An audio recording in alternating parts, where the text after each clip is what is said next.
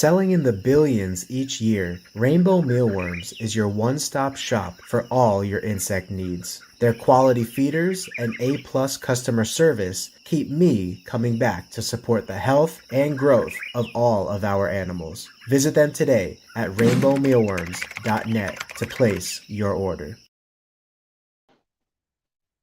What is going on, everybody? Welcome back to another Geeky Gecko Creations Monday. If this is your first time here with us, and thank you so much for joining us, what we like to do here is talk about leopard geckos. Now, I am a reptile fan in general, but this is primarily my #1 passion is leopard geckos. So Norman Davis, Wizard in the house, thank you guys so much. I'm playing around with a little bit of decoration going on, so you can see US Arcs promotion there, rainbowmealworms.net.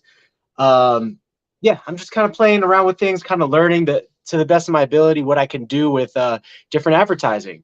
So if you guys have a question, please feel free to drop it in the comments below in the chat over here. And if not, we're just gonna kind of go with whatever topics happen to come up and whatnot. I got a cold bottle of water today. Oh, there's our sticker right there.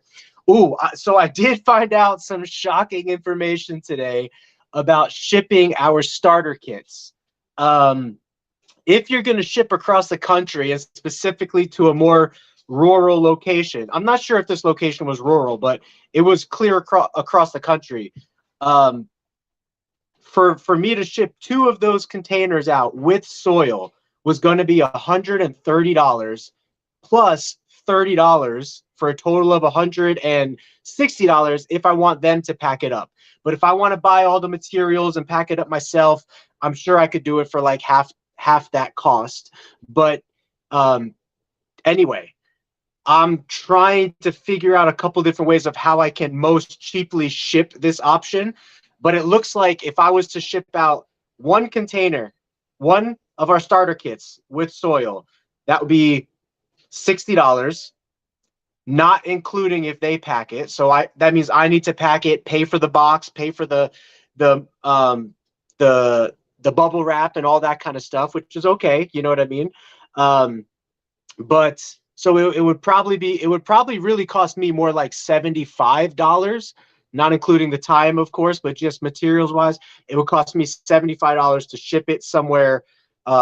If you order 1 tub, but it's going to cost double that, about $150 if I'm to ship it somewhere with 2 tubs. Now, I might be able to kind of fandangle that price a little bit by trying to condense the size of the box a little bit. I'm going to go through some options and play around with it, but that was one thing I found out today. So Wild Care from Mexico. Awesome. Yeah, Norman Davis. A lot of people like the Gecko Room. I like being in the Gecko Room, especially now that I have the most updated 1080p. You know, it's just a nicer background to see geckos and whatnot. So I agree. I'm glad to be back in here as well. Hi, Frank, here for a bit till the 12 stock. Oh, when is the 12? How long does that last for? The 12 Days of Christmas, if you guys don't know what that is, that's Wally from Supreme Gecko's giveaway during this season. So I'm not sure if that's an all-month event that he has going on or if it's like a weekly thing. I'm pretty sure it's like all month, but anyway, I didn't realize that was on Monday nights. But Monday night is our me and you time. Friday night is our guest and all of us time. So, by the way, how cool was our guest last Friday?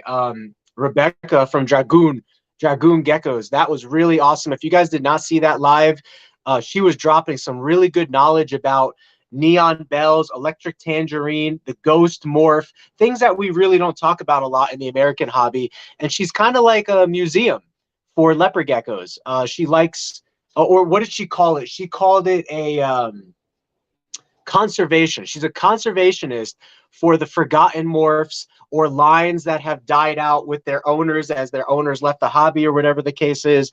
So to me, she's kind of like a historian museum for leopard geckos.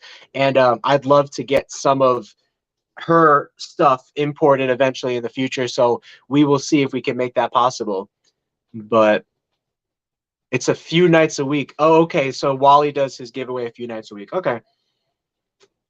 Yeah, I mean, Monday night is really, I have a lot of experience with Monday night. A lot of us are used to Monday night. So, and then it's like one of my main nights that I'm free and everyone's tired from working on Monday. So they just want to talk some geckos. I also had another really cool thought that I think I'm going to start doing. If you guys follow Morph Menagerie for Crested Geckos. So, okay, let's back up a second. The Crested Gecko market is on fire right now, like fire. You could sell anything in it.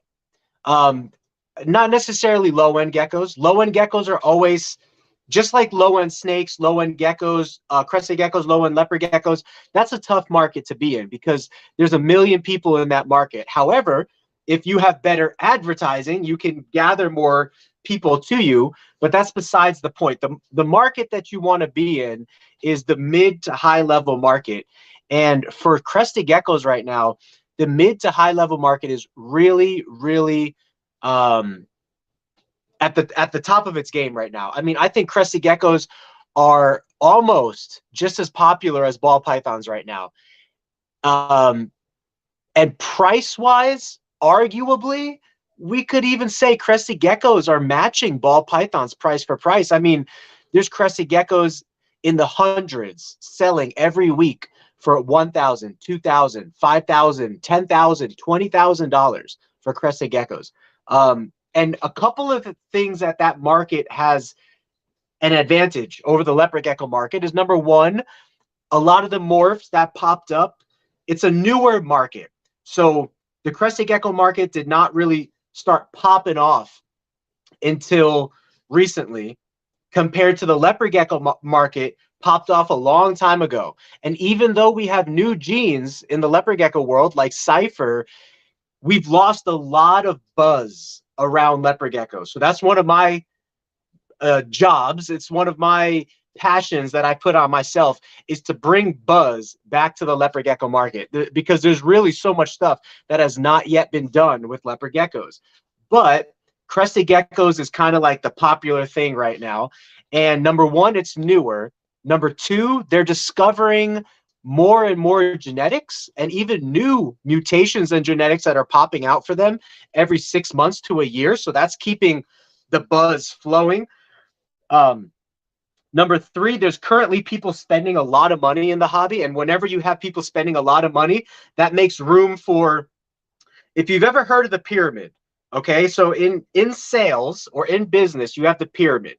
You have the people at the top that are selling and making the most amount of money off of the most rare items. In this case, animals. The people in the middle are buying from the people in the top. And then the people in the middle are selling to other people in the middle and people below them, you know, because their name isn't as popular. Maybe they're taking some of these really, really expensive high-end geckos that they bought and they're marketing their babies for a little bit less or the same price, whatever the case is. That's kind of the pyramid scheme right there. I completely forgot why I brought up the pyramid. What was I talking about? We were talking about leopard geckos versus crested geckos. I forget, y'all. If you can remind me what I was touching on right before the pyramid thing, that will help me remember. But crested geckos are really popular right now because they're new. Because people are spending money in it, right? There's nobody in leopard geckos right now spending $20,000 per leopard gecko. Number one, we don't have a $20,000 leopard gecko. Supposedly, I heard recently. Okay, I'm not going to tell you from who. I heard through the grapevine that Matt, I won't even say his name because I don't even know if I should be releasing this information. I heard through the grapevine that there's a big breeder in the leopard gecko hobby that was trying to get $40,000 for 3 animals. So that's an average price of about $12,000 to $13,000 per animal. I have no idea what this person is selling in the leopard gecko hobby for $12,000 to $13,000 per animal, except maybe the satin leopard gecko. If you guys have heard of the satin leopard gecko from the Europe or UK, the guy doesn't even speak English. I've messaged him a couple times. I mean, he can message me back in English, but it's not that good. that maybe would be 12 to 13,000. But also for somebody to spend 12 to 13,000 on a gecko, it has to be pure passion and not investment. And that's where leopard geckos differs from ball pythons and crested geckos. Ball pythons and crested geckos can be looked at a little bit more as investment protection than leopard geckos right now, because leopard geckos is more of a pet slash high-end pet market right now. The average, you could get almost anybody to pay $1,000 for a pet. If you don't believe me, ask some of the people that have been selling Black Knights for $1,500 to people just as a pet, not even a breeder. But it's very, very difficult to get people to spend $15,000, $20,000, $30,000 for an animal that's just a pet and not an investment. It's easy to get people to spend that much if it's an investment that they can make their money back on, like stocks or other things that people invest in. But if it is just a pet, I don't know anybody in the leopard gecko hobby right now that's investing $15,000, $20,000, $30,000 in just pets. But obviously never say never kind of thing. But the reason I say all of that is because for me, at least my business plan with leopard geckos is I feel like the sweet spot to make money in leopard geckos is $500 to $1,000 as your high-end market. You can sell a little bit higher than $1,000, and you can definitely sell below $500. But if you want to be making profit, you want to have animals that sell within that $500 to $1,000 range, because it's not too high where people can't buy it, and it's not too low where people feel like it's a cheap gecko, or it's the same gecko that they could get anywhere else a million times because of how many leopard geckos are out there.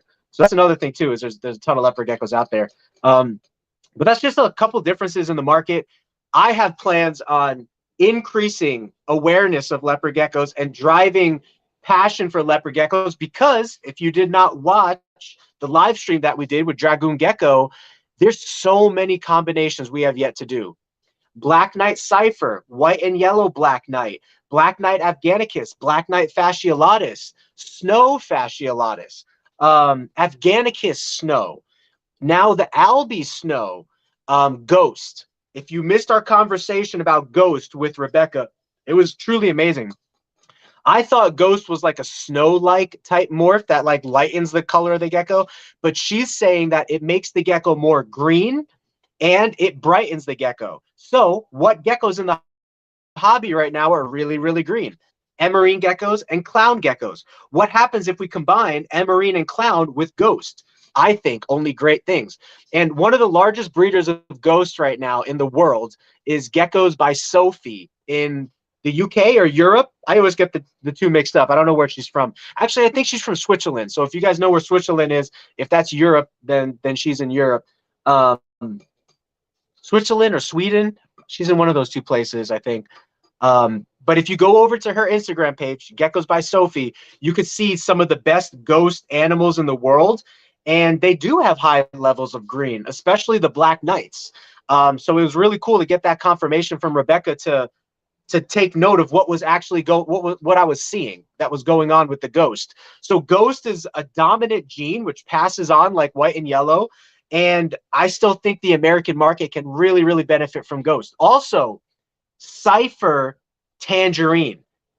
The reason that we don't have a red gecko with all red eyes is because up to this point, besides NDBE, which not a lot of people are messing around with right now, besides NDBE, there's really no other way to get red pigment in red eyes in a gecko except Eclipse and albino. But the problem with Eclipse is it washes away the color. So you can never get a red leopard gecko with red eyes. Never say never, but no one's done it in the last 40 years. You can't get a red gecko with red eyes. We have red geckos. We have geckos in the marketplace that are pretty red. They're not that common. You see them every once in a while. Sometimes it's more of a reddish orange. When you look at it, you're like, yeah, that thing kind of looks red. Imagine a reddish gecko with red eyes. That is what I believe And I think also the creator of Cypher, the discoverer of Cypher, believes is possible with Cypher. And we haven't even scratched the surface of that yet. Because Cypher, according to our understanding right now, does not reduce enough color or any color at all to the point where it would not allow for a red gecko with red eyes. So Cypher is a big, big thing to keep an eye on over the next couple years. Now, the question is it too late for leopard geckos? Is it too late to generate buzz and generate momentum? We won't know until it happens. You know, the leopard gecko market right now is it's in a recession compared to where it was in 2005 to 2010. It doesn't mean it's bad. It doesn't mean someone can't make a business out of it. It doesn't mean that there aren't people making decent money at leopard geckos. It doesn't mean any of that. What it means is that compared to the markets that are on fire and compared to where leopard geckos used to be in 2005 to 2010, it's definitely on a decline. But what can make it go back to an incline? Let's think about that for a second. Promotion, social media. There's really not a lot of content creators for leopard geckos,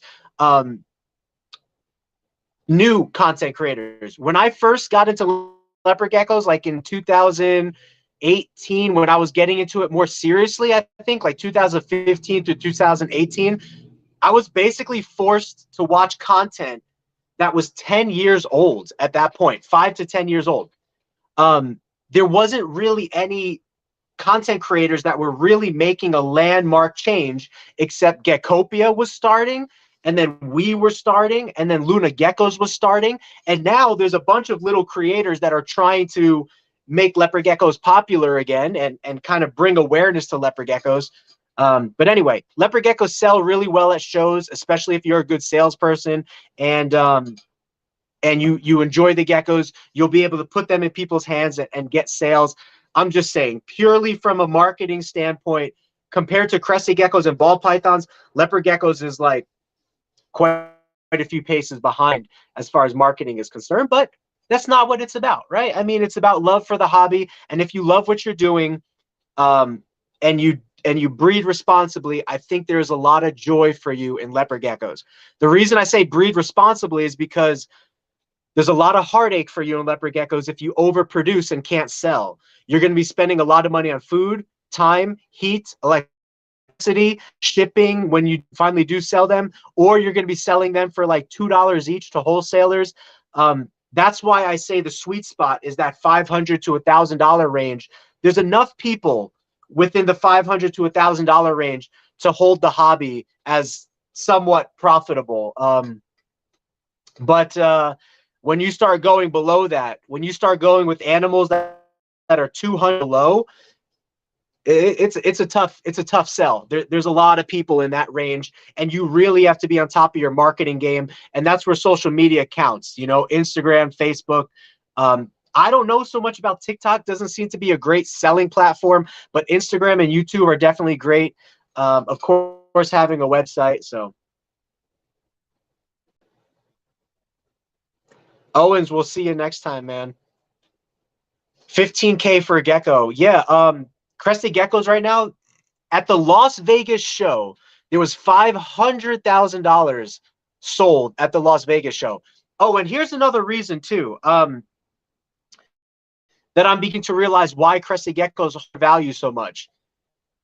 A few years ago, the Asian market started to have a higher demand for crested geckos, and they were willing to pay more money than the American market for crested geckos. So the Americans were selling to the Asians, you know, in Asia, Korea, China, Indonesia, those areas. And it was making the Americans jealous to say, okay, well, if you're going to sell to the Asians at that price, I just need to pay the price that the Asians are paying and get the geckos that I want. And that drove the whole crested gecko market skyrocketing up into the thousands on average per high-end gecko. Right now, leopard geckos, high-end, is averaging anywhere between 300 to 600. That's high-end. If you can get more than that, that means you're either a really good business or a good marketer. It's tough. But the reason that the reason that's not happening for leopard geckos, I reached out to a few Asians. The leopard gecko market in Asia is completely saturated, just like in America. There are so many high-end geckos, and there's not enough people to buy them, that it's driving down the price of the high-end geckos. So like a black knight, like think about this. 3 years ago, a black knight was selling for $3,000. Now you could buy the same black knight for $2,000 or $1,800, sometimes even $1,500, because people don't want to be holding on to their animals. So if you play this game wisely, you won't be overwhelmed with animals, because I'm sure there's many people that can attest to, look how many animals are back here. This is probably 400 or 500 animals back here that are almost adult age. I mean, not all of them. Some of them, it might even be more than 400 to 500. I don't even know how many's back there. That's how bad it is. This is our baby grow out room. Our adult breeding room's on the other side. I could tell you our adult breeding room has an average of 4 geckos per I think adult wise, we're somewhere between 200 to 300 adults, but baby wise, we're probably somewhere between, I want to say 500 to 600, maybe 500 to 700 babies. That's a lot to take care of. If you start producing in these numbers like this, my food bill every month is $800. Think about that for a second. My food bill is $800. My rent is an average of $600. Sometimes it's more. My other expenses of electricity and other bills for the reptile company drives me to a position of about $2,000 a month. I need to make $2,000 a month just to break even, and that's not even paying myself. So if you're doing this for profit, I would not quit your day. Don't quit your day job, and just have a few geckos that are high end. And then you could start to develop a name for yourself, a unique line for yourself. But if you go immediately into mass production, you're quickly going to find that it's tough to sell the animals. You're going to get overwhelmed, and your business is going to go kaput, because you're going to be spending way more expenses than you are making money back. Anyway, I'll get off that tangent. But what's going on, Brooke? Bam Bam, good to see you. TikTok is great exposure for the rest of the hobby, for sure. I will probably, when deciding whether I want to do TikTok or not, it all comes down to time versus value. The value that I get out of TikTok is not worth it for me right now. I'm getting way more value. It's not worth my time right now. I'm getting way more value out of Instagram and YouTube. So when I do have more time, then I will do more TikTok. We had one of our followers reached out to me a long time ago, and they're here local in Arizona, and they wanted to know if I needed any help or part-time help, you know. And so they were just over the other day, and they helped me clean our rat operation. Our rat operation would normally take me 2 hours a day, 3 days in a row. 2 hours a day, the next day, 2 more hours, the day after that, 2 more hours, because I never want to do rats for 6 hours straight. It is, if you're doing rat work for 6 hours straight, you're going to die from ammonia poisoning, or you're going to die from just bending over and the monotony of that kind of work. So I break it down into 2 hours a day, 3 days when I do my cleaning. So this guy came over, and he was able to help me do in 2 hours what would normally take me 6 hours and 3 days. And so by taking advantage of situations like that, or paying people to clean tubs and stuff, which I'm starting to do now, that will allow me to have more time for marketing, photos. You guys know I haven't even been able to upload any photos to the website because I'm so busy. I'm getting hit up by people for geckos, and I'm just sending them pictures of geckos that I know that I have. I haven't even had time to upload photos to the website. That's very, very important if you're a business. So help. When you pay for help, if you can afford it, That's going to free up more time, and then that would give me more opportunity to invest in other things like updating my website, taking pictures, more customer calls and interaction, as well as getting into other lines of social media like TikTok and Patreon. Which brings me to another point of something that I want to do, that the Crested, I didn't get to this point yet, but the Crested Gecko market does two things really, really well that the leopard gecko market is not currently doing. Let's start with thing number one. Both leopards and crested geckos have a limited, very limited gene pool. When geckos and crested geckos were originally imported, nobody knows how many, but it could be anywhere from a couple dozen to a couple hundred that were imported. So that means that the gene pool that we're working with is limited. However, 100 different animals is not a bad thing if you can diversify those lines and make sure that you're not breeding to similar lines that have already been bred to each other for long periods of time. So the reason is because if you take one male and one female and you breed their offspring to a different male and female out of that original group of 100 geckos, you're diversifying the genetics almost an infinite amount of times. If anybody is really, really good with math and you could do that compounding of how we figure out how many different actual combinations there are, if you want to assume that, let's just assume that we imported 50 males and 200 females and compound that to see how many different combinations there are, I bet you it's almost unlimited. Like, we'll never get to the end of those combinations. So it's not necessarily that we're limited as far as DNA is concerned. We're limited as far as inbreeding and line breeding is concerned. What am I trying to say? How am I trying to explain this?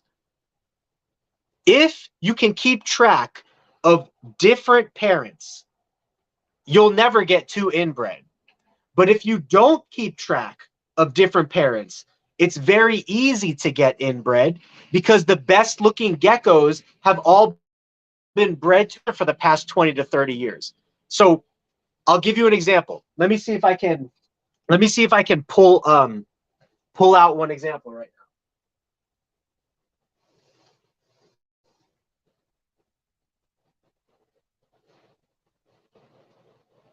Let's turn on the light here too.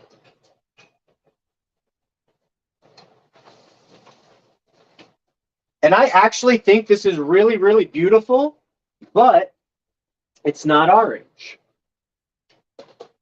So check out this gecko right here. It has a really, really nice yellowish coloration. Do you know what this gecko is? This is a fasciolatus bred to a really, really orange blood tangerine. A blood tangerine with really good genetics was bred to a wild type fasciolatus, and this is the result. So if anybody right now is breeding tangerines to tangerines, the reason you're doing that is because you're taking the best of what exists in the hobby and you're breeding it to each other. And then what are you going to do after that? You're going to take the best of those and breed it to what? Another line of tangerine, right? And then you're going to take the best of those and breed it back into tangerine. And if you kind of get the point that I'm getting at, is people always take the best and breed it back to something similar, which means that we are inbreeding a lot. But when you outcross, it creates yellow animals instead of orange animals. However, the DNA is fresher. So the catch-22 that we have is, if you want bigger, stronger, healthier animals, you want to continually outcross. But at the same time, if you outcross, it's going to take many, many more years to get back to an even decent quality orange leopard gecko. So people just don't do it. They just breed orange to orange, even if all tangerines are pretty much related, which there's no proof to that, but I could almost guarantee you that all tangerines are very, very closely related, because when tangerines were first started in the hobby, what did people want to do? They wanted to get more orange geckos. So what did they do? They bred orange geckos to orange geckos. Then they bred those orange geckos to other related orange geckos, and those to other related orange geckos. And now we have geckos that are so orange, nobody wants to breed for anything except orange. So we're just breeding within the same family, cousins, sisters, moms, dads, second cousins, however related it is, whether it's closely related or further related, they're all related, or they're all, you know, in theory, they're all related. There's no proof to that, but if you understand the mindset of how I'm talking and tracking, I can almost bet that most tangerines in the hobby are fairly closely related. You know, Mandarin close to Inferno, Inferno close to Blood. You know, there might be little minor differences that people branched off and kind of did their own thing, but at the end of the day, how many combinations do you see that says like Mandarin, like us, we're breeding Mandarin Infernos? Or what about people that if you were to look on Gecko Daddy's website, or the Urban Gecko, who else? Probably even John Scarborough from Gecko Boa. All of these guys who have very, very high-end tangerines. When you go to their website and you see, how was Purplehead made? How was Tornado made? How was what's Gecko Daddy's? Tango Crush. How were all these lines of tangerine made? They were made by combining other lines of tangerine. And today, if you were to buy a Tango Crush, what are you going to breed it to? Another Tango Crush, which is related, or a Mandarin, which is related because Mandarin's made Tango Crush, or an Inferno, which is related because Inferno's made Tango Crush, or Electric is related because Electric's made Mandarin, which made Tango Crush. If you see what I'm talking about, they all trace back. All tangerines are going to trace back to a very limited gene pool. The only way you expand that gene pool is by doing this, by creating yellow geckos in generation number 1, and then breeding those back to tangerine, which now you're still inbreeding again, you know, or different lines of tangerine if you diversified those lines. And that's how you can diversify the genetics a little bit, but it'll just take a longer period of time to get more and more orange geckos, you know. But I really like the yellow on this. It's a really, really nice yellow. So I kept some of these. I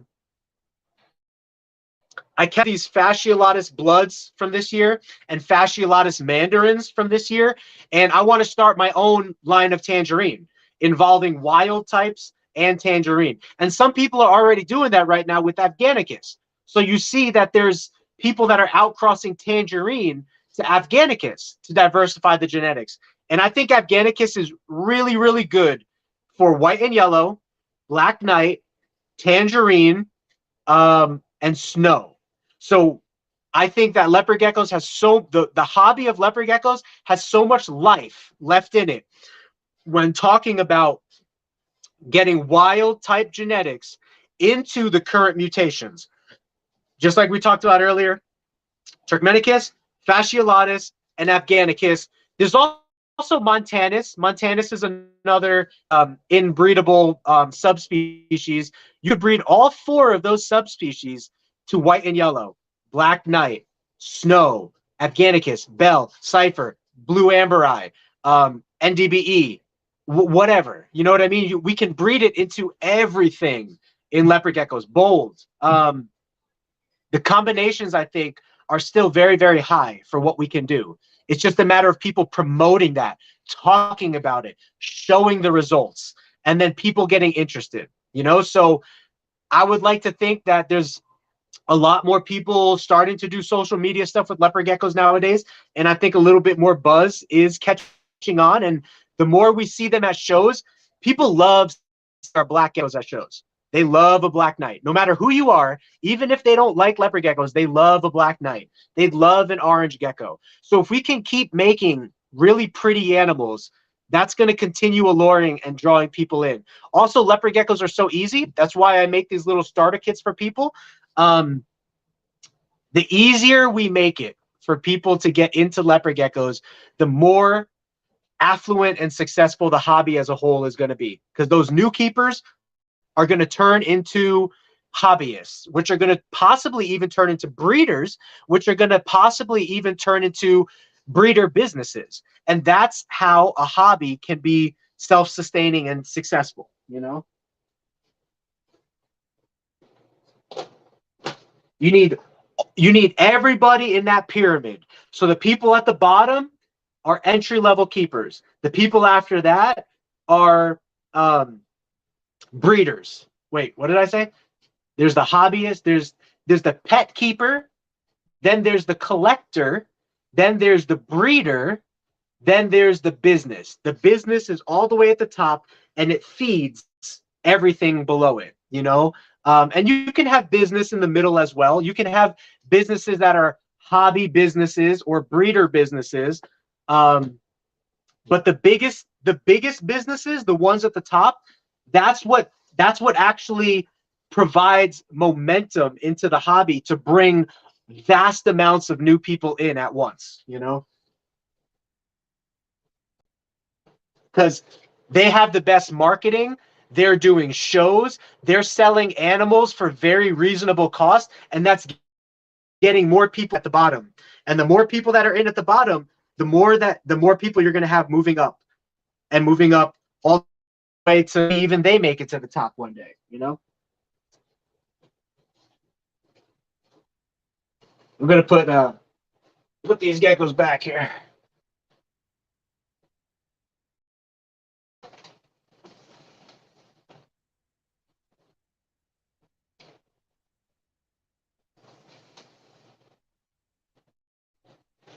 All right, let's grab some water.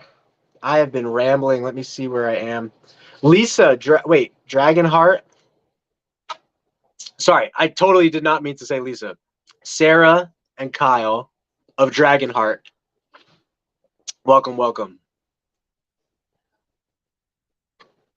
Do you have any leftover female crested geckos? No, I'm waiting for the guy to pick up the rest, but he bought them all in bulk a couple months ago. I will be getting into crested geckos. Oh, which brings me to my next topic. If you want really good crested geckos, Morph Menagerie, where I started this whole conversation from, Morph Menagerie does auctions on their YouTube channel and Instagram, and I've been studying their auctions. You know, I study everything. Like, I want to see how can I apply this to my business to make it better, or in this case, the leopard gecko hobby in general. So, two things that are really successful with crested geckos.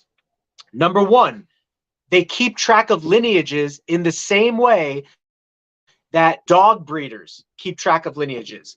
And it becomes really, really popular. People get really excited when they get a baby from this pairing. So, for example, you guys remember when I bought my $1,000 Mandarin tangerine last year, and we bred him to almost every tangerine female that we have here. And then back to his offspring again, because he's still the best color tangerine that we have probably. His name is Magma. Now let's say we have a really, really nice female and her name is Sugar, because we do have a female whose name is Sugar. If I show you a picture of Magma and Sugar, people become excited about that pairing. And anytime I'm selling a gecko, people could be like, what parents made that? And I could say Magma and Sugar. So that's one thing that the crested gecko market is doing really, really well right now. They're promoting actual lineages, not just line breeding. How in leopard geckos we make it easy. We just say, oh, it's just a tangerine. It's from the tangerine line. It's from the mandarin line. It's from the infernal line. That's easy. That's not as exciting for the customer. The customer wants to know exactly what two geckos made their gecko, and they could get really excited about that. That's true lineage tracking, right? The crested gecko market is doing that very, very well, and that's helping them with sales very, very well. And it also helps so that inbreeding happens less and less. So if you have a magma and sugar baby, you could breed that to, let's say, John Scarborough of Gecko Boa. Let's say he has a tangerine who's named Scarface, male, and then he has a female who's named, I don't know, Azira or something like that. You can buy a baby of Scarface and Azira and breed that baby to the one you buy from us, which is magma and sugar. And now you know that these two bloodlines that you're breeding together, they're not that closely related, or they're not related at all. And that's what the Crested Gecko market is doing really, really well. Another thing that they're doing really, really well, was this the second thing? This is the point that I was trying to get at a second ago. They do, Morph Menagerie does auctions. And so on Instagram and YouTube, they'll announce when they're doing an auction, and they'll have like 300 people jump into their auctions bidding on animals. So they'll start the bid, you know, they'll show you an animal and they'll start the bid at like $50. You know, it's animals that they're trying to get rid of. Sometimes they're trying to offer people a nice deal. Sometimes they won't accept less if it's a really, really nice animal. But most of the times it's a straight auction. It goes for whatever somebody bids on it within 60 seconds. So they show you an animal, they start the bid at $50, people start bidding. If whoever has the last bid at 60 seconds, when they do the final countdown, they do like 10, 9, 8, 7, 6, all the way down to 1, that person gets the animal. And sometimes they have $1,000 animals that sell for $300 or $400. That could be very fun and engaging for the leopard gecko world. And that's something that I think I'm going to implement. Now, another cool thing with Crested geckos is they look at the features of the animal. They look at the size of the crest, they look at the mutation, and they look at the lineage. So if I do an auction, if you're looking for animals that have a lot of green pigment, I could auction off like an emerine leopard gecko, and it's a female, and you're like, oh yeah, I got the perfect male to go with that female, and you want to bid on it. It kind of makes it fun when you're looking for details that you want to accentuate in your own collection. So leopard gecko breeders also need to be trained to become more detail oriented. This is how I built my collection, is not by spending the most money necessarily, but by picking out details of things that were really, really nice. So there was this awesome white and yellow emerine hyperxanthic leopard gecko on Craigslist. I'm a deal guy. I look for the deals. But I knew what I was looking for in the quality of an animal. This was like a $400 animal that I found for $50 on Craigslist. And so that the same thing applies to auctions. If you know what you're looking for, you know the value that you can get genetically out of that animal. And if you win it for $100 at an auction or something like that, that makes it even more fun, right? And so the Crested gecko market is very, very detail oriented. They look for the amount of pattern. They look for the mutation. They look for the lineage, because lineage speaks to the history of what gecko could powerhouse wise. And they also look for head structure and size. And so we could do the same thing in leopard geckos. If I'm auctioning a leopard gecko, I could be like, this comes from X and Y lineage. It comes from average size geckos or big size geckos. It comes from really, really high intensity green geckos or hyperxanthic geckos or really orange geckos or black geckos, whatever that gecko's history is. You can know its history, and you could look on the gecko to see what it's expressing, and you could be like, oh yeah, I see some green right there. That'll go perfect with my emerine projects.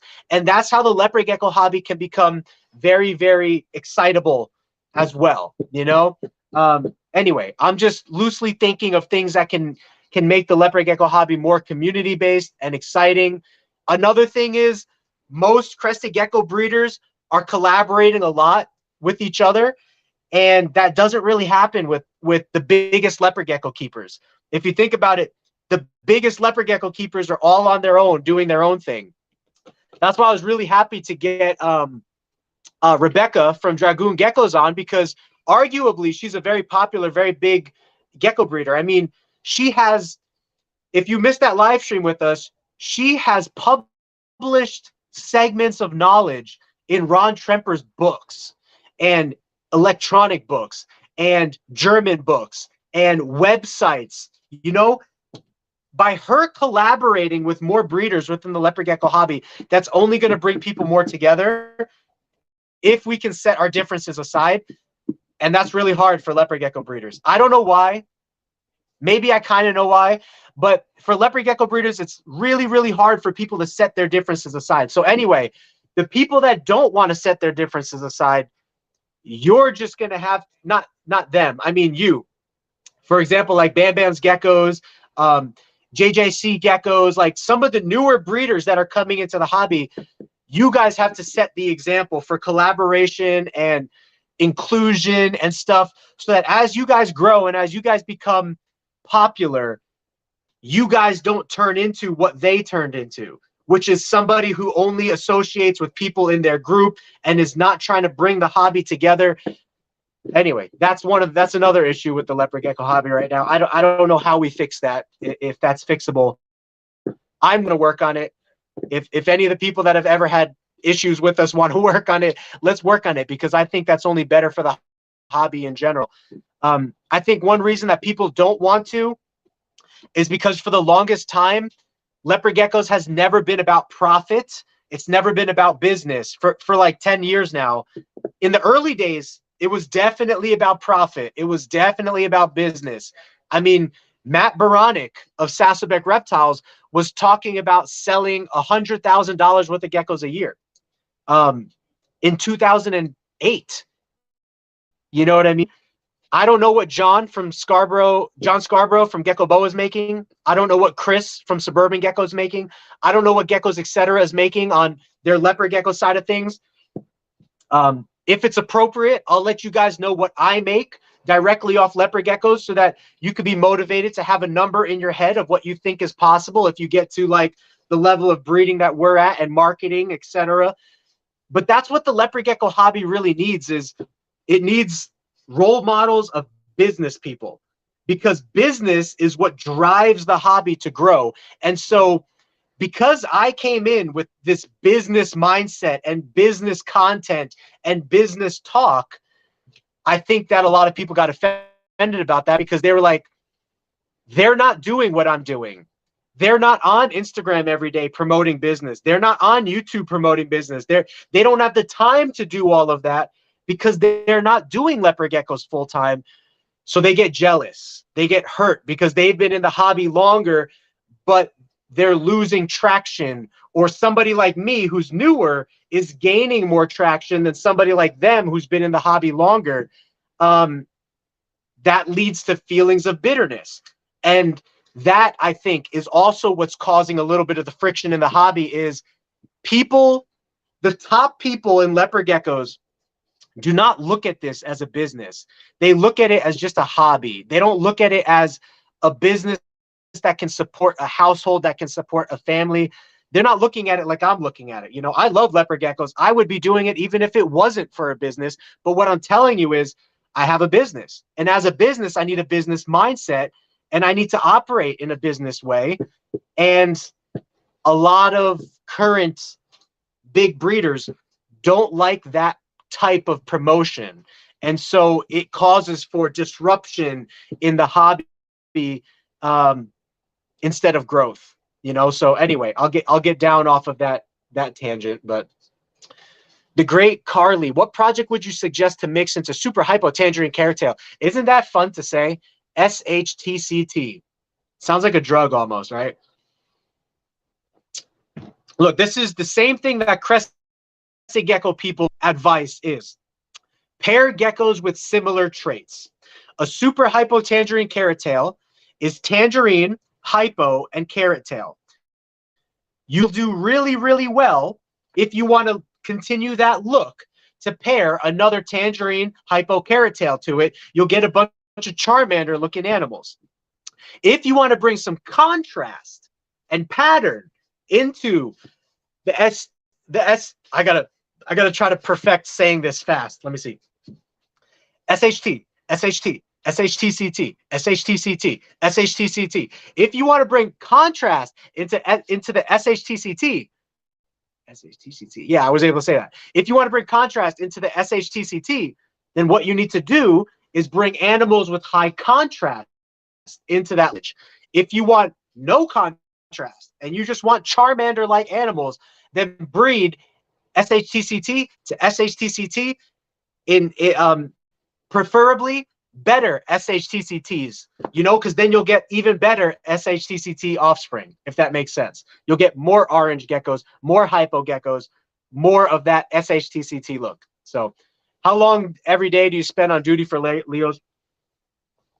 You know, cleaning duties wouldn't be so bad if it wasn't for needing to stay up to date on social media and stuff like that. So, like, for example, this morning, I was working from 10 a.m. to 2 p.m. So that's 4 hours.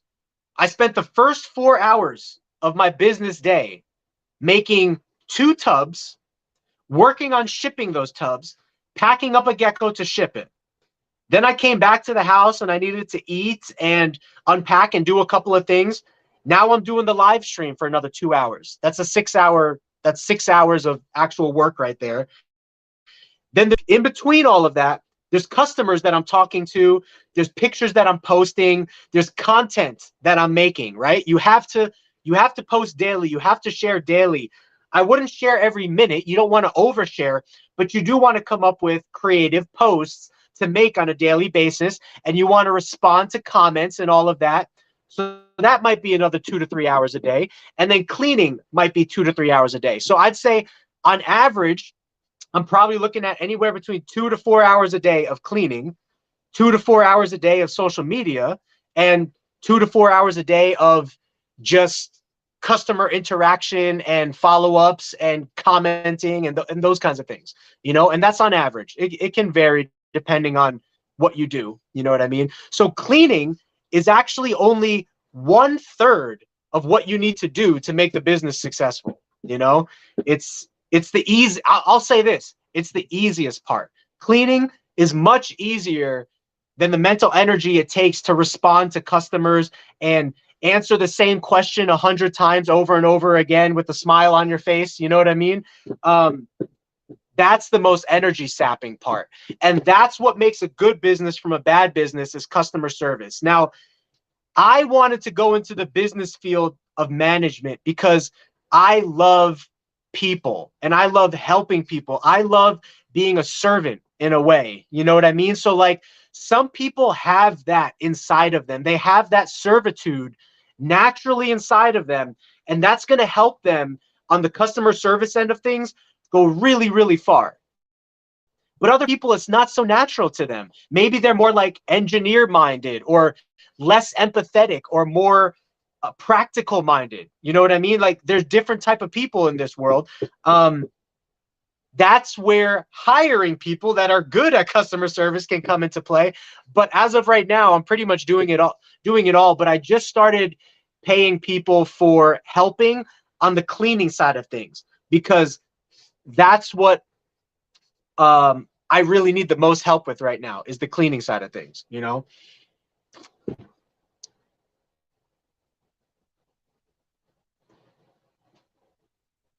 Yeah, that's right. It is Monday, Henry. I keep forgetting that today is Monday. And yeah, there really, Bam Bam says there's a lot to discover with Leos. There really is. There really is. It's just as a hobby as a whole, the leopard gecko hobby as a whole has really dropped the ball. And that's all of us. You know, we have to all take responsibility. The hobby as a whole has dropped the ball as far as promoting leopard geckos is concerned. When you go to a reptile show, you're not seeing $1,000 to $2,000 leopard geckos on average. You're basically seeing $20 leopard geckos. That's where the hobby is dropping the ball. Is we lost that promotional side of the highest end of things and what people are shooting for and combinations. When I go to the reptile show here in Phoenix, Arizona, I I only bring with me like 5 black knights, and the show owner's so happy. He's like, hey, you brought those black geckos? A lot of people talk about the black geckos.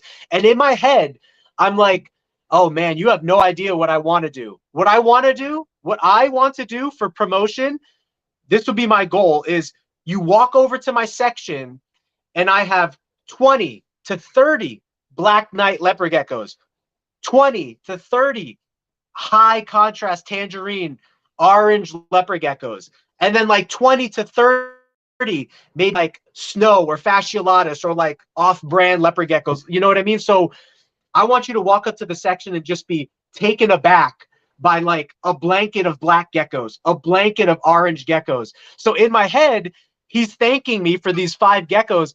And in my head, I'm like, oh, you have no idea what I want to do. Like, you have no idea how big I want to promote it. You know what I mean? And make when you go to a show, you really got a show. Like a show is not necessarily about selling animals. A show is about showing off animals.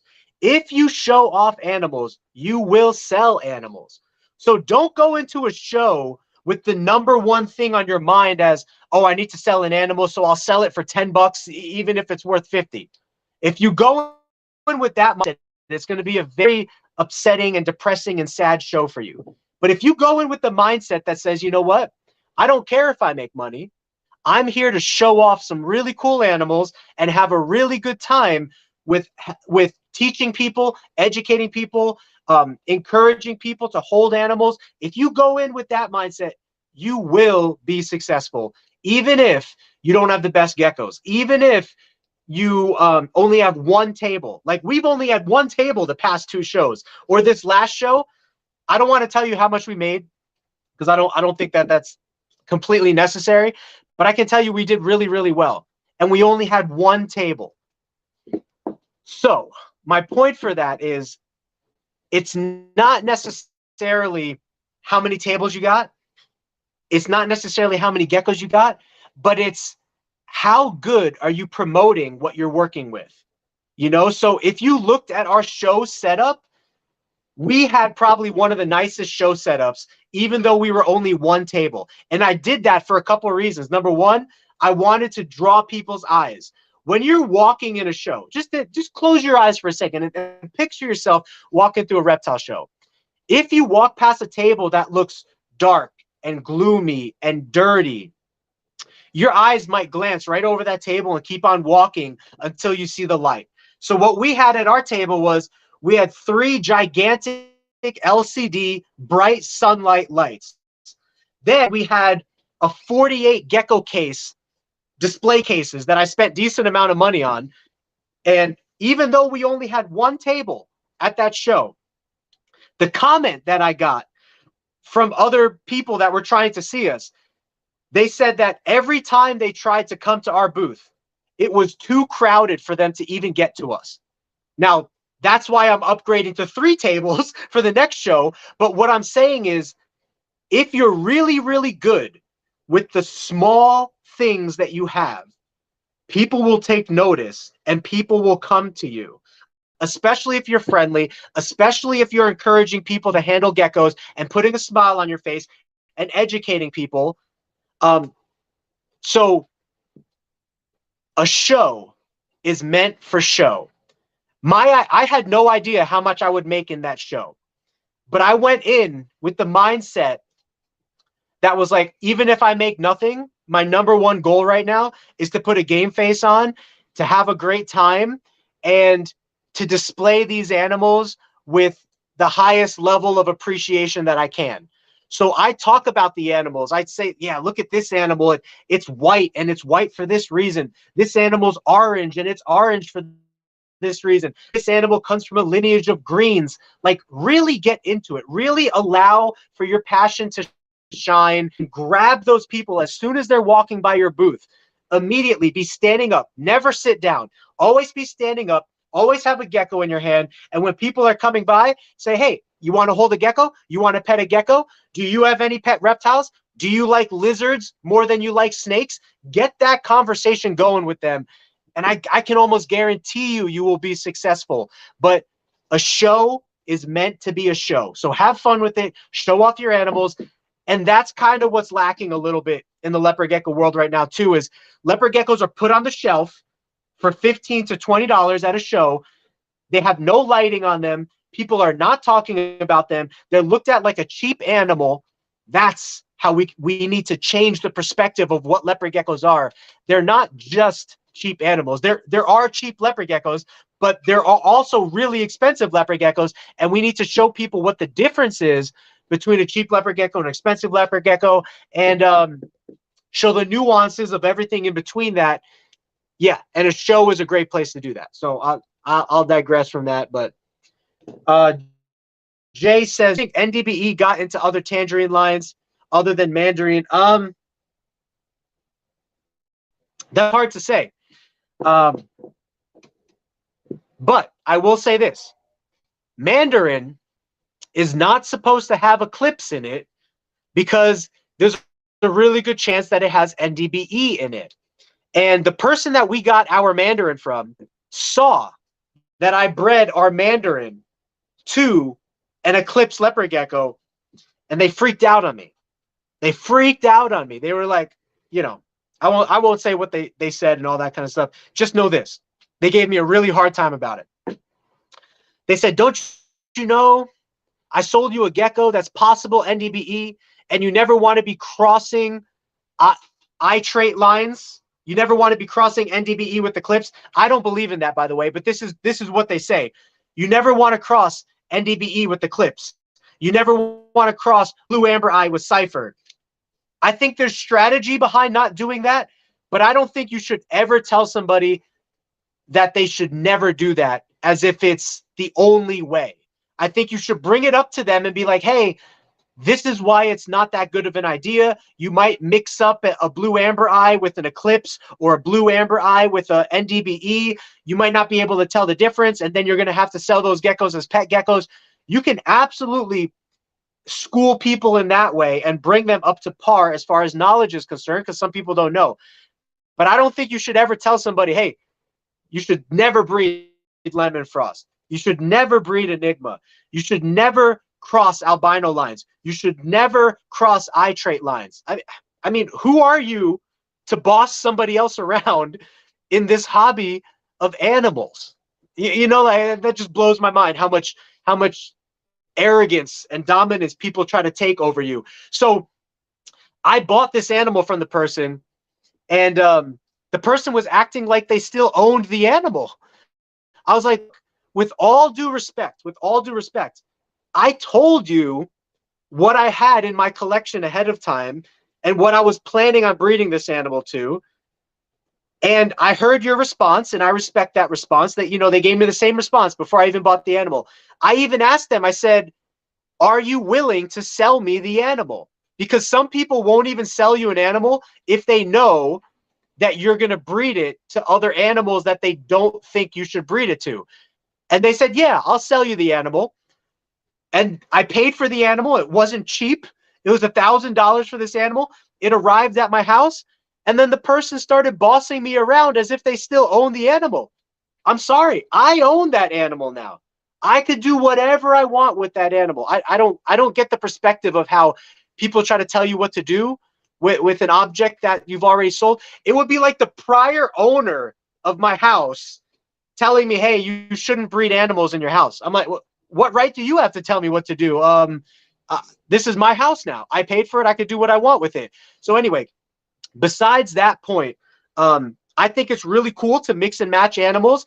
What would it look like if we have an Eclipse Cipher? Anyway, I'll digress from that. I think it's cool if you understand the repercussions to mix and match genes.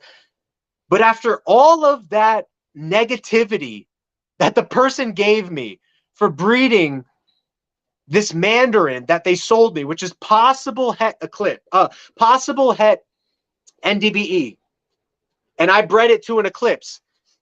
Guess what I popped out this year from that pairing? I popped out Eclipses.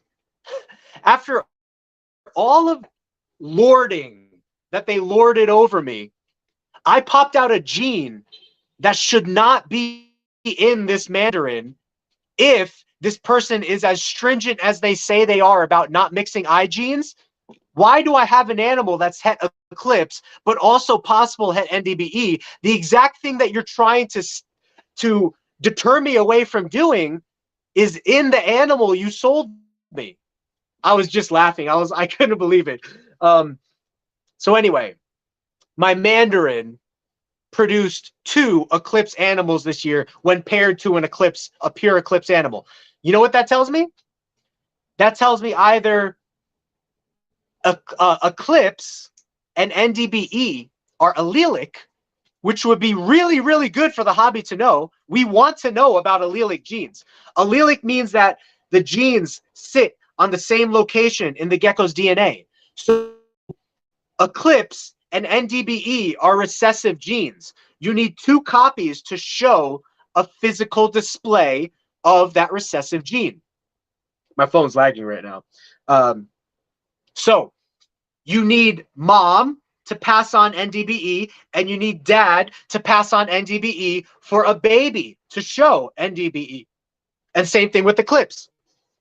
You need a mom to pass on eclipse, you need a dad to pass on eclipse, and then you'll have an eclipse baby. It always has to be mom and dad. What allelic means is similar to ball pythons, where you can have a Mojave gene that is allelic with the lesser gene, and it creates an all-white snake. That's because they sit on the same allele in the gecko's chromosome that's causing the mutation. If you study and look at our genetics video, you'll be able to track a little bit better what I'm talking about. But gecko genetics have locations in their DNA. And so where the eclipse gene is located and where the NDBE gene is located might be the exact same place or so similar, so that when you breed an NDBE animal to an eclipse animal, it actually pops out an expression of eclipse or an expression of NDBE. That is called being allelic in genetic breeding. So it would be really, really good for us as a hobby to know that, because up to this point, nobody has ever said that NDBE is allelic with eclipse.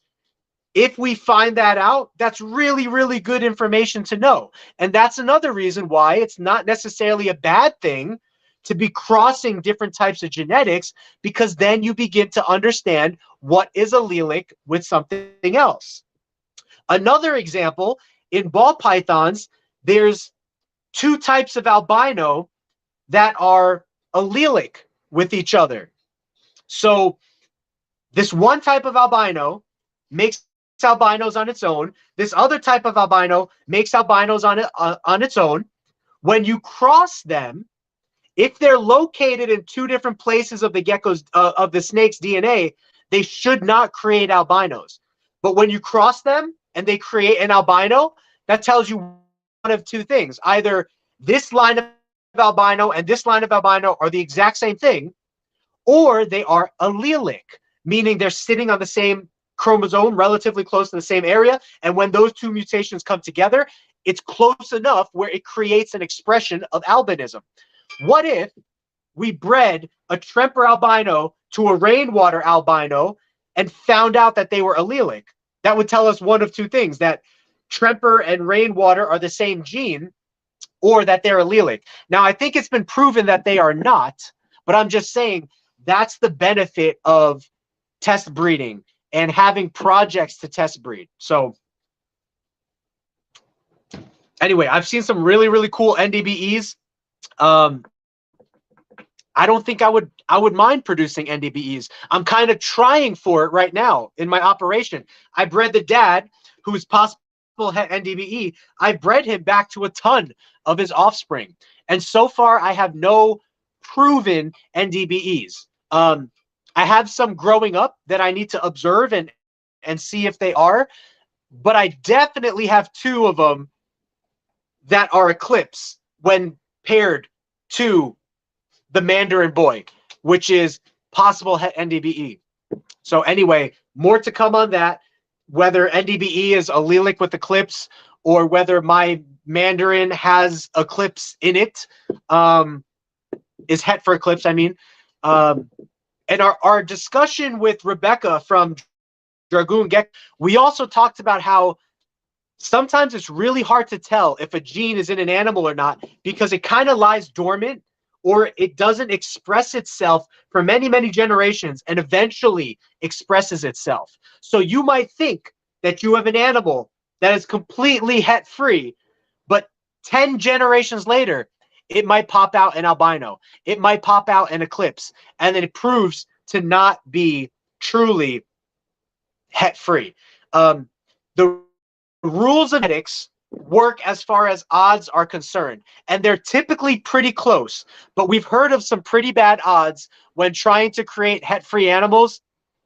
You can go dozens and dozens of babies and not produce a visual example, and then you'll produce a visual example like 3 dozen babies later, and now you can't say that your animal is truly het-free. So I think any animal that's labeled het-free, I think you should take that with a grain of salt because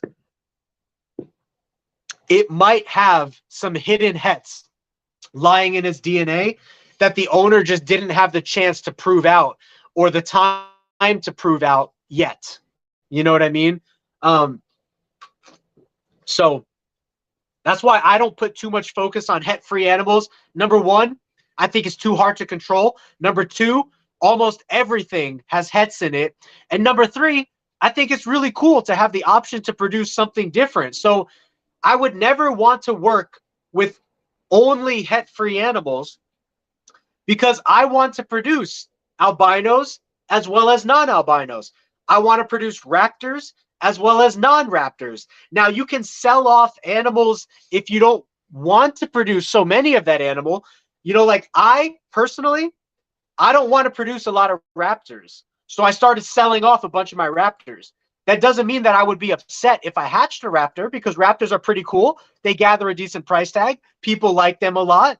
So I would have no problem hatching a raptor. But my way of fighting against that is not necessarily taking 20 years to create a het-free line. But my way of fighting against that is just selling off all the raptors I produce. And little by little, you're just naturally going to be seeing less and less raptors until eventually one day, maybe the animals you're working with are the hets are so far removed that they never realign and you're never really even creating visual representations anyway. You know, so anyway, that's my plan. But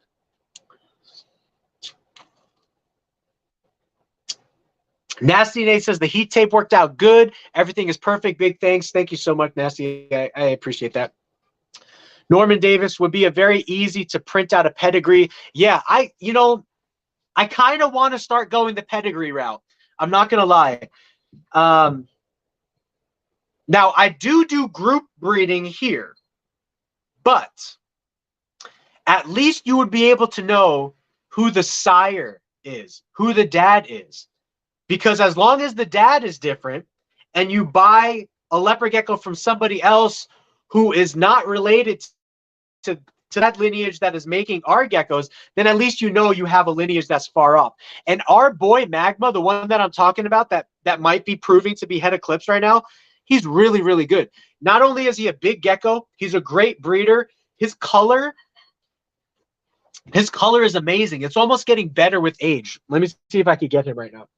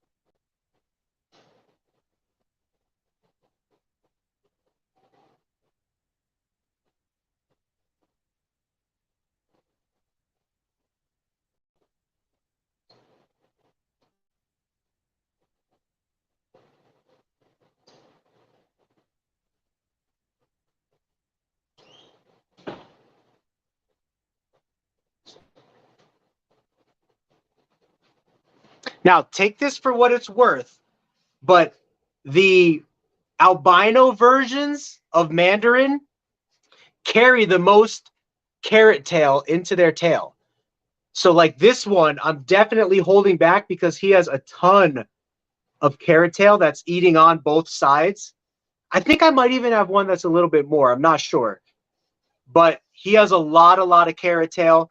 And ultimately, the goal with this boy would be to create a gecko that has full carrot tail. You normally only see that on albinos. This is not our #1 male. This is one of his sons. Our #1 male is actually breeding right now, so I didn't want to bring him out. And then the most red offspring that our #1 male produced this year is in shed right now, so you can't even see his redness. But he's the most red animal besides the dad. I think the dad might be redder than him. I'm not sure. I'm pretty hopeful for some of the Mandarin Inferno Generation 2s to be a little bit better than the dad. But anyway, the dad is just such a nice level of orange that I don't know if I'll ever sell him for a while because I'll probably be using him. Whenever you do create an albino leopard gecko, though, in tangerine, it's going to take away a little bit of the reddish color and make it more orange. So it's way more difficult to get the red pigment in when you have albinism there. So that's another reason why I personally don't try to create a lot of albinos. I like albino, I want albinos, but I don't try to create a lot of them. I've started selling a lot of my albinos because I want to create mainly the reddest animal possible. And to do that, you need albino gone. So anyway, this guy's pretty cool. Love this. He's a holdback for now too. And I also think he has a decent amount of orange. Let's see. No, he doesn't have a lot of orange. Some of the mandarins we have orange like scooping all the way under their belly. They're really good. But this guy doesn't have a ton of that. The more you breed mandarins to mandarins, the more you're going to see that orange underneath as well. So did I make the wrong decision when I bought a breeding pair of low-quality raptor leopard geckos and a pair of low-quality? So the thing with LL is they're a big chain pet store, which means you're not really going to know the lineage of them too much, and there's a good chance that the geckos you got came from a mass breeder, which might potentially have parasites. So I'm not saying your geckos do, but anytime you get a gecko from a giant breeder that supplies pet stores and stuff like that, you just need to be on the lookout for skinny geckos, vomiting, discolored poo, because those are all signs of parasites. If you don't have that, then don't worry. But it's not that you did anything wrong. Everyone's got to start somewhere. It just depends on your goals. If your goal is to be a business, then you might be better off with higher end animals. If your goal is just to have a little fun breeding, you're actually better off starting with lower end animals and gaining experience than selling those lower end animals and buying higher end animals with them. So that's all. It can go either way. How many Leos do we have? I just want to say like 1,000, maybe.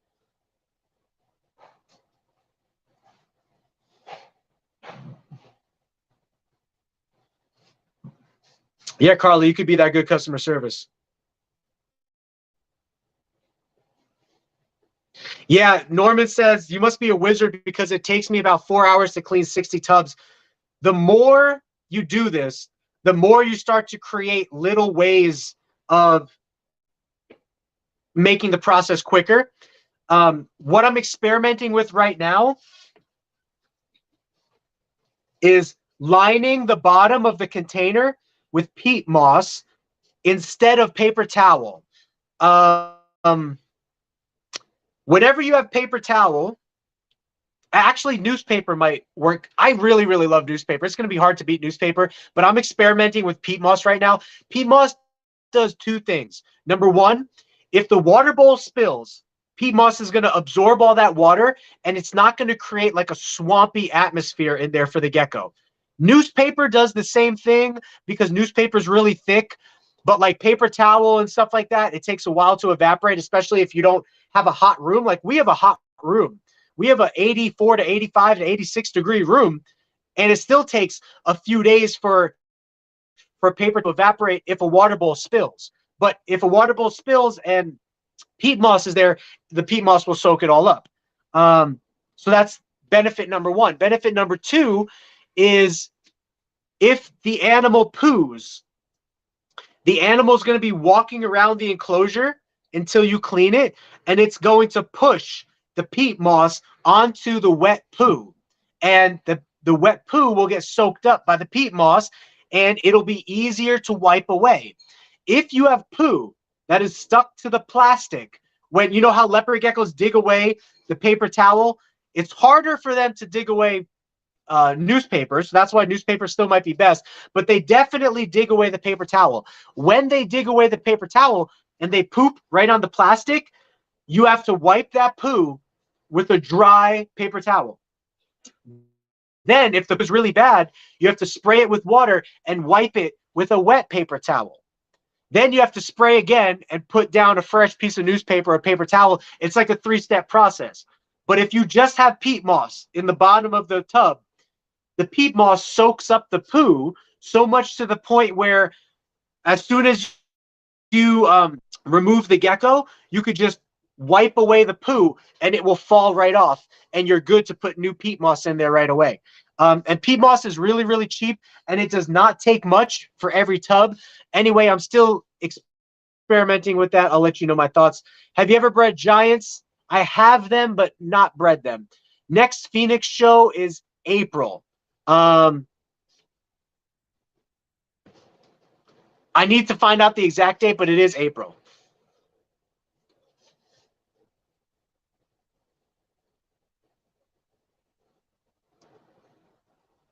Yeah, see, Wizard says raptors are my favorite.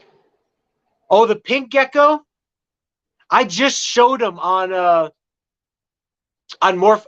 what's the name? Instagram. Now, it's not, when it was young, I think this is the same animal. Because I have so many animals here, sometimes I just write on the cover, and then once I get back to cleaning that animal, then I know where that location is. But I was cleaning the other day and I came across the pink gecko. That I think was the pinkest fasciolatus we hatched. I put it on Instagram. So there's a reel of it on Instagram. And when I zoom in closely, you could kind of see how the lack of pigment and because of the blood flow of the animal and stuff like that just gives it this pinkish appearance. There's no albino in that. There's no snow in that. There's nothing in that except pure fasciolatus selectively bred for less pigment. And this animal specifically came out with more pinkish hues. There are some animals that come out with more lavender hues. This one came out with more pinkish hues. I'm trying to think if I marked it here somewhere.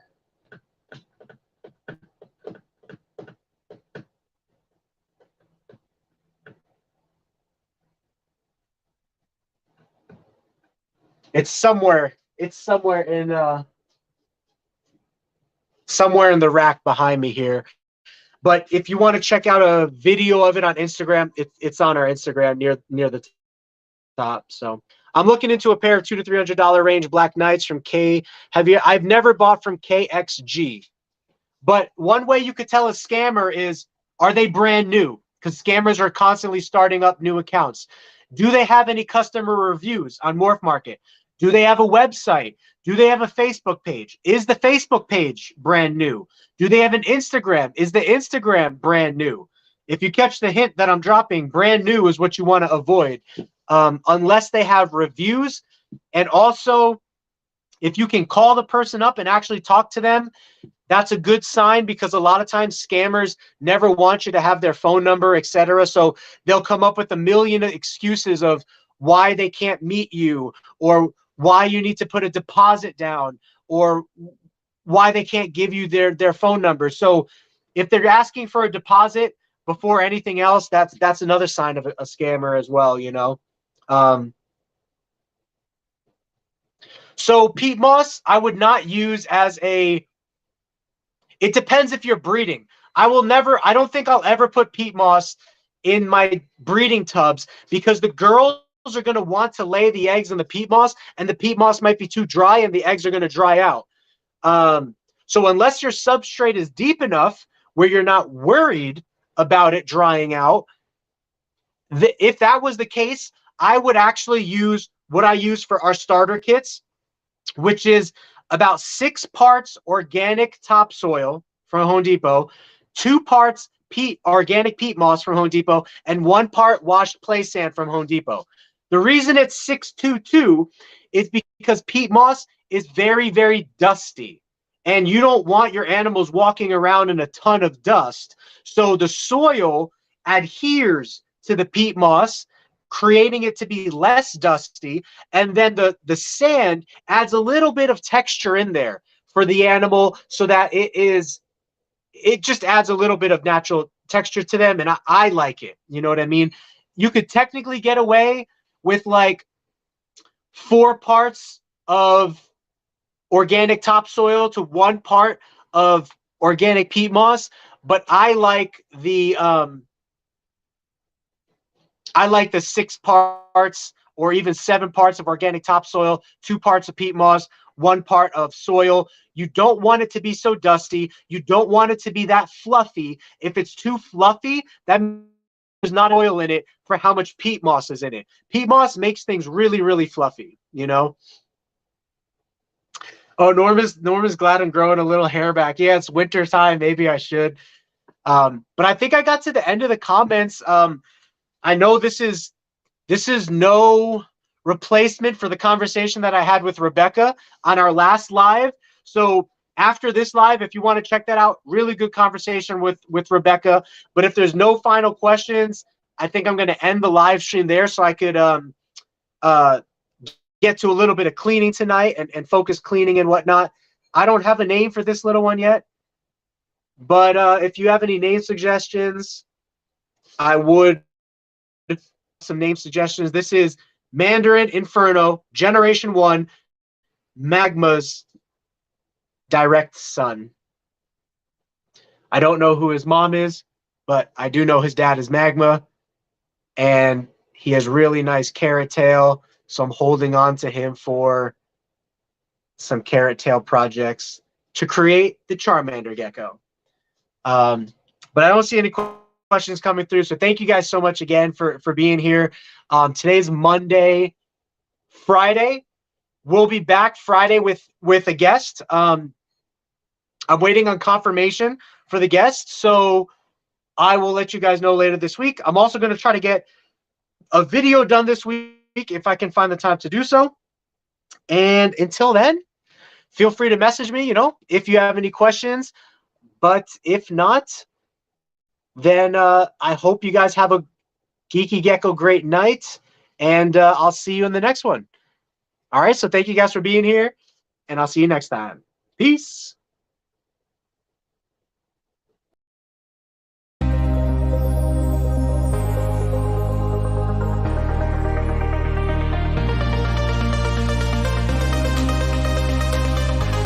Selling in the billions each year, Rainbow Mealworms is your one-stop shop for all your insect needs. Their quality feeders and A-plus customer service keep me coming back to support the health and growth of all of our animals. Visit them today at rainbowmealworms.net to place your order.